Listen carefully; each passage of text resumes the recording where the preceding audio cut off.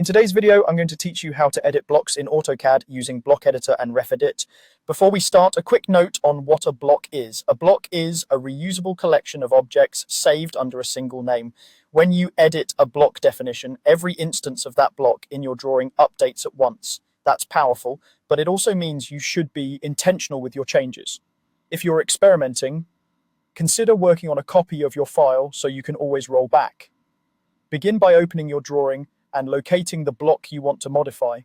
Zoom in so you can clearly see the geometry and make sure you're selecting the correct instance.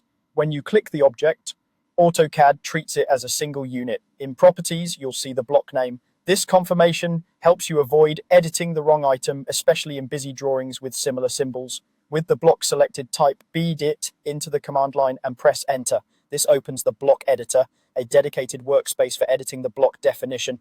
You'll notice the interface changes to show a block editor ribbon, and the title area displays the block's name. You're now working on the definition, not just the one instance you clicked. Keep that in mind as you proceed. Inside the block editor, make the changes you need. You can move objects to fine-tune alignments, add geometry to enhance detail, delete elements you no longer want, or modify shapes using commands like move, copy, stretch, trim, or fillet.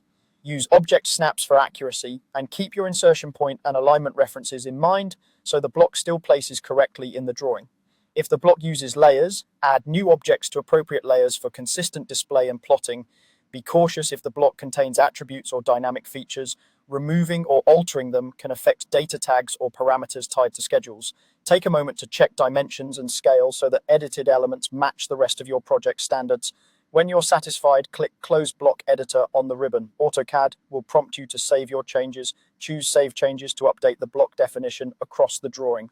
All instances refresh immediately. If something doesn't look right, you can undo or reopen the block editor and adjust.